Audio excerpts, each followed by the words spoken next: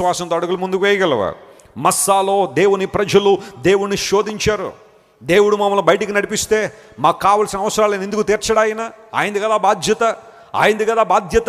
మమ్మల్ని ఎందుకు ఇలా బాధపడుతున్నాడు, మమ్మల్ని ఎందుకు ఇలా ఇబ్బంది పెడుతున్నాడు? ఆయన మమ్మల్ని తీసుకొచ్చింది ఆయనే కదా, అక్కడే ఉంచేసి ఉంటే బాగుండేది కదా అని దేవుని ప్రణాళికలను సరిగా గుర్తించక వారు పొందబోతున్న ఆశీర్వాదాలను చాలా తక్కువగా చూసి గత జీవితాన్ని బట్టి ఆనందించాలనే ఆలోచనలో వారు ఉండిపోయారు. కాబట్టే దేవుడు అంటున్నాడు, నీ జీవితంలో మేలు కలగాలి అంటే, నేను నీకు సిద్ధపరిచిన దేశంలో ప్రవేశించాలంటే మస్సాలో శోధించినట్టుగా మీరు దేవుణ్ణి ఏం చేయకండి, శోధించకండి. శోధించకుండా ఉండాలి అంటే మనం ఏం చేయాలో తెలుసా? దేవుని యందు పరిపూర్ణమైన విశ్వాసం ఉంచాలి. స్తోత్రం చెప్పండి, హల్లెలూయా.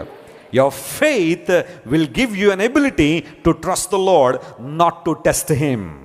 దేవుణ్ణి పరీక్షించడం కాదు మనం చేయాల్సిన పని, ఆయన మాటలను మనం ఏం చేయాలి చెప్పండి? విశ్వసించాలి.